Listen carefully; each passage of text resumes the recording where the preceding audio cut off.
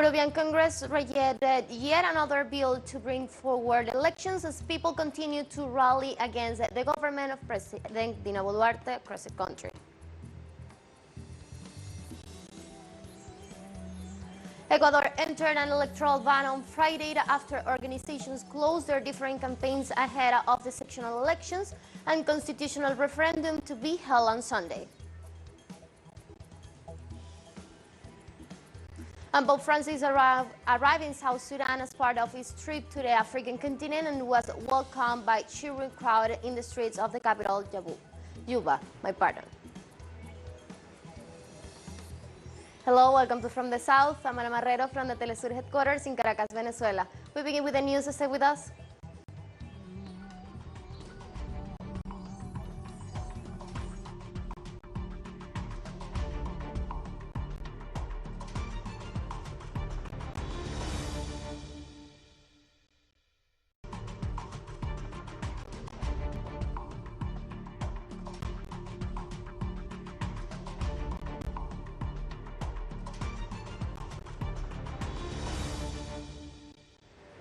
Peruvian Congress rejected yet another bill to bring forward elections as people continue to rally against the government across the country.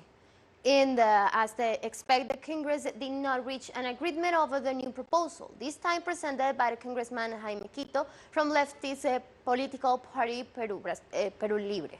From early elections in July 2023 and a referendum on the eventual Constituent Assembly. Prior to this, on a Wednesday night, the executive branch also presented a bill from the general elections to be held in October of this year.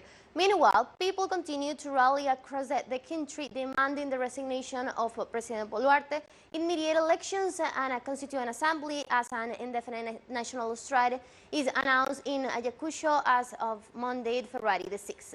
In an international interview published on Thursday, the country's Foreign Minister, Ana Cecilia Gervasi, admitted that the government has not evidence for criminal groups promoting the demonstrations contradicting Boluarte's repeated allegations. Ecuador entered an electoral ban after organizations closed their different campaigns ahead of the sectional elections and constitutional referendum on Sunday. The National Electoral Council announced that from this date on, the diffusion of any type of information or publicity that induces voters to take position or reference is forbidden. The institution also points out there will be sanctions in cases of rallies, meeting, or any other act of program of an electoral nature, as established in the Ecuadorian Electoral Code. Lastly, the National Electoral Council stated that home voting is available for those who are unable to travel to the polling stations. In Paraguay, a new anniversary of the end of the 35-year of Alfredo Stroessner's military dictatorship and imprisonment led by the General Andrés Rodriguez is commemorated this February the 3rd. During its more than 30 years of dictatorship, Stroessner's regime left 20,814 Paraguayans in exile, 2,000 detained, subject to torture and abuse, and 425 people disappeared. Stroessner was overthrown 34 years ago by the same agents that a case before had brought him to power on February 2nd, 1989. The military took over a large part of the Paraguayan territory and in Asunción, reducing Stroessner's supporters so that the dictator had no other option but to surrender and sign his resignation.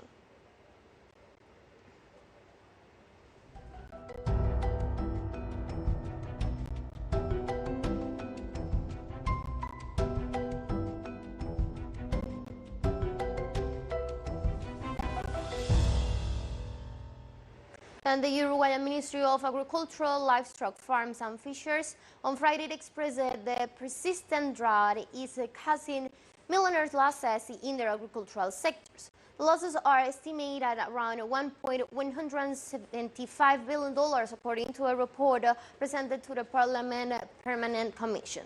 The head of the ministry, Fernando Matos, said that the sector's gross domestic products could fall by 1.7%. The drought will cause less production of livestock, meal, and agricultural products, which will bring economic and job losses, he added. The drop in milk production is directly related to the low ability of pasture due to the lack of water. Forecasts show that 35% of the pasture area will be lost. Horticulture is also expected to be affected with fruits and vegetables of lower caliber and quality, in addition to the loss of crops and yields.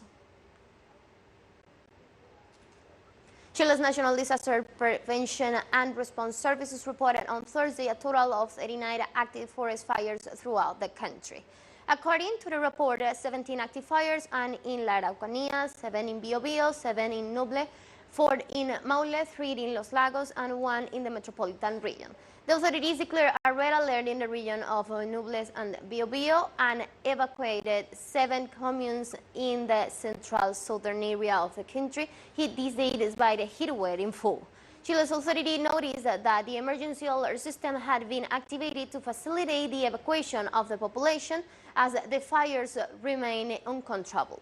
The Minister of Agriculture, Esteban Valenzuela, told the press that in addition to the heat wave with temperatures of up to 42 degrees Celsius, the so-called pulche, while dried and hot blowing from the eastern mountain range, is also expected to arrive in the central southern zone of the country.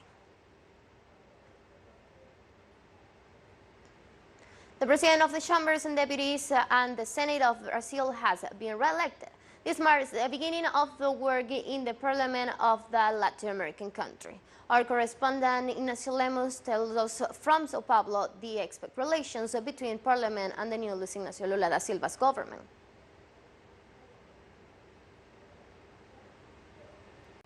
The Brazilian Congress began its activities with the re-election of the presidents of the two chambers. In the Senate, Rodrigo Pacheco prevailed over Bolsonarista Rodrigo Marinho, who, if elected, promised the impeachment of the Supreme Court judges investigating the former president's circle. For the ruling party, the result was a victory.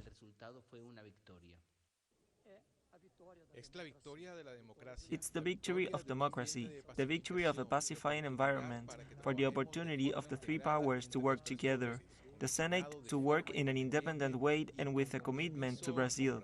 Today's result has a powerful force to place Brazil in conditions of social and economic growth. In the Chamber of Deputies, Arthur Lira, who was an ally of Bolsonaro during his government, will remain in the presidency, but obtained pro-government support as a result of the negotiation to approve the extension of the social investment ceiling that will make possible the payment of subsidies under the Bolsa Familia social plan during the first year of the Lula government. Lira, like Pacheco, criticized Bolsonarista invasions of Congress. In this Brazil, there will be no more room for those who attack the powers that symbolize our democracy. The result was within the progressives' calculation. The upcoming dispute in Parliament will be the tax reform proposed by Lula. In addition, a sector of the Senate is pushing for a parliamentary commission to investigate the crimes of Bolsonarismo, while the former president's circle intends to counterattack by filing impeachment petitions against members of the judiciary and even against the executive branch. I believe that Pacheco's re-election is good for the current government and a defeat for the Bolsonaristas. The same with Arthur Lira, despite his coming from the Bolsonarista base. However, I believe that after the elections of last October, we will still have some favorable context for the Bolsonaristas. Despite the good start of the legislative branch, the ruling party will have difficulties to deal with a conservative majority Congress where Bolsonarism took space from the traditional right wing in the last election. Ignacio Lemus y Julia Nasif para TeleSUR. Let's take a short break now, but remember you can now follow us on our TikTok account as TeleSUR English, in which you will be able to see news in different formats, news updates, and more. Stay tuned for more news.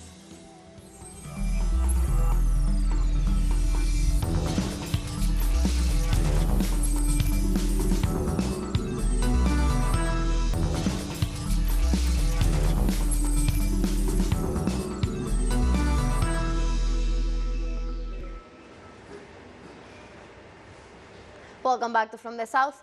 Venezuelan President Nicolás Maduro denounced the conditions imposed by the United States to grant licenses to trade Venezuelan crude oil. The conditions prohibit cash payment to state-owned companies in the South American country. Denounced the colonial model that they are trying to impose from the Office of Foreign Assets Control from Washington, imposing an unacceptable model on sovereign countries in Latin America, the Caribbean, and the world. What can you call that? A mockery of sovereign countries in the world. And I call on the sovereign countries and sovereign governments of Latin America and the Caribbean to denounce the colonial model of the Office of Foreign Assets Control and the United States imperialism.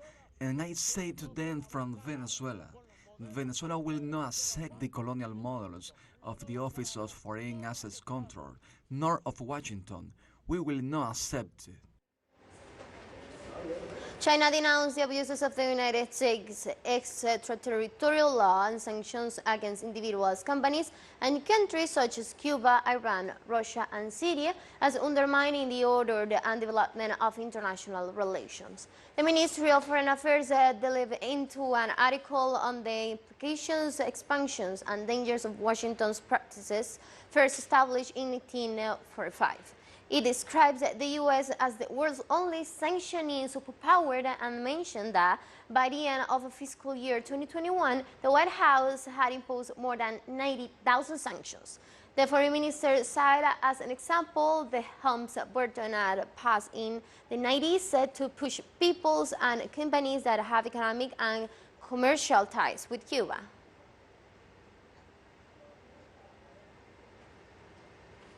China on Friday said it has no intentions of violating the territory or airspace of any sovereign country after the United States claimed that it flew a spy balloon over U.S. territory. In a press conference, Foreign Minister spokeswoman Mao Ning stated she hopes both sides will handle the matter with mutual calm and prudence. On Thursday, the Pentagon said it was tracking a Chinese spy balloon flying over the U.S. reviving tensions between the two countries just days ahead of a visit to Beijing by the top U.S. diplomat. The discovery of the aircraft came days after a visit to China by the U.S. Secretary of State Antony Blinken, with managing hidden tensions between the both powers at the top of the agenda. Russian Deputy Foreign Minister Alexander Grushko said on Friday that the Council of Europe is no longer a body aimed at achieving the unity of people, so it is illogically for Russia to return to it.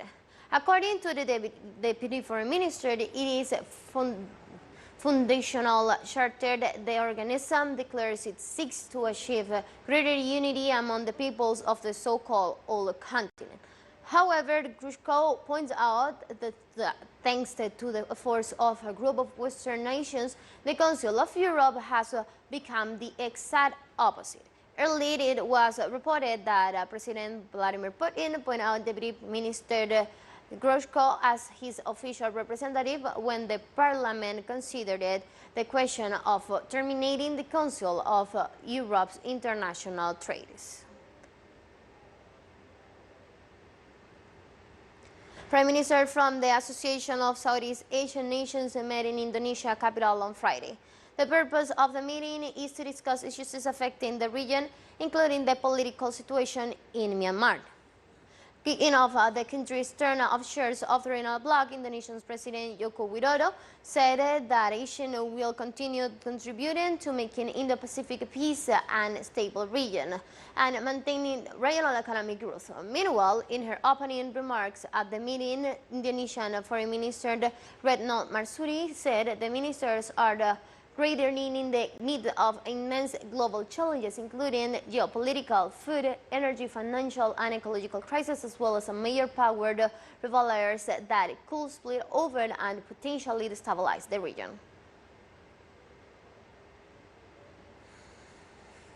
In northeastern India, authorities in the state of Assam have arrested more than 1,800 people allegedly involved in case of child marriage, which is prohibited by law.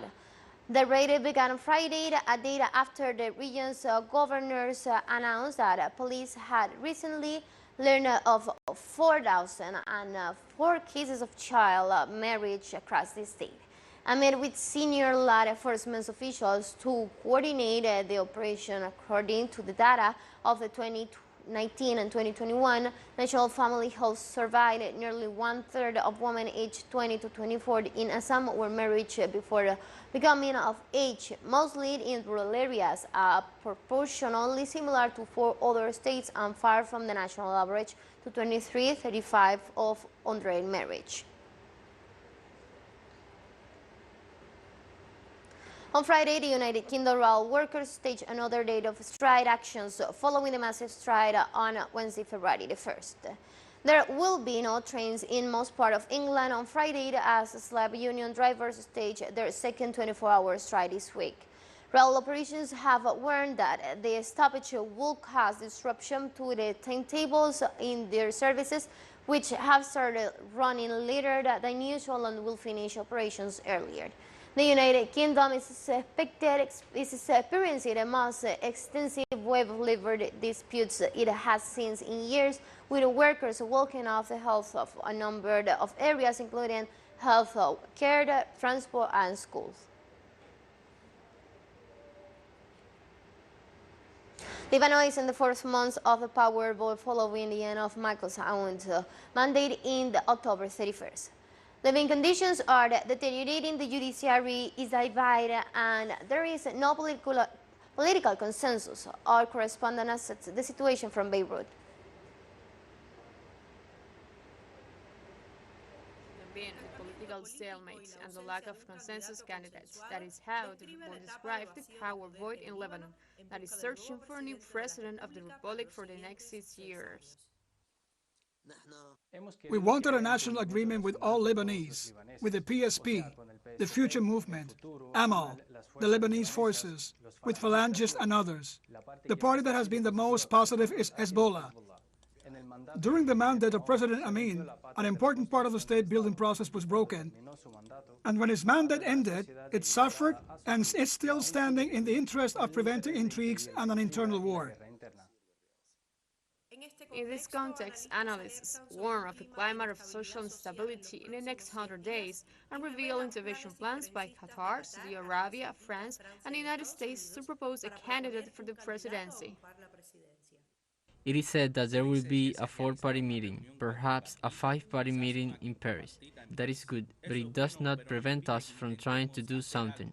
I won't call it an initiative, but rather an attempt to break down some political, psychological, and other barriers to reach a consensus that will lead to the election of a president.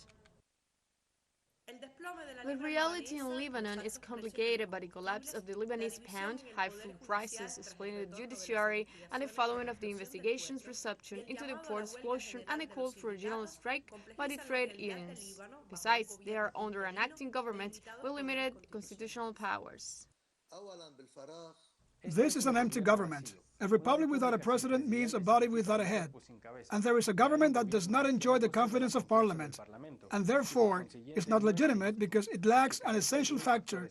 The factor is stipulated in the Pact of the Republic.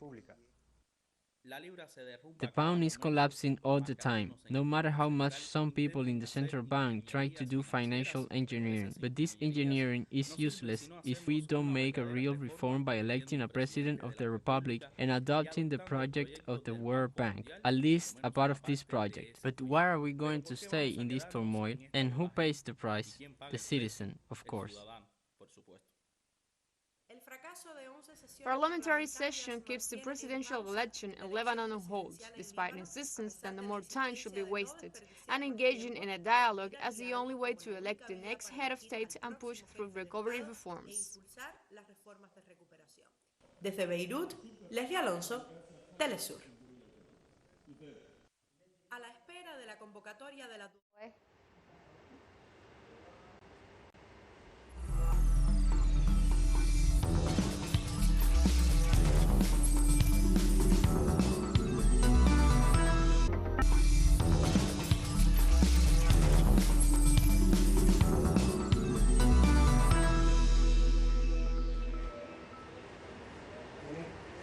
Welcome back. The World Health Organization said on Friday that it has deployed 2 emergency medical teams to help fight a cholera outbreak in Malawi. In a statement, the World Health Organization said the teams will be mobilized in partnerships with the United Kingdom and the NGO Save the Children to care for patients in cholera treatment centers, to provide essential medical services and to train local medical personnel. The groups will remain in Malawi for 6 weeks while 30 international emergency medical teams, Samaritan pairs, will also arrive in the country in the coming days. This last cholera outbreak has spread over 29 districts in the country. According to the Malawi's health ministry, there have been 35,500 report cases, including the 1,162 deaths, from a 3.27 mortality rate, which the World Health Organization considered as high.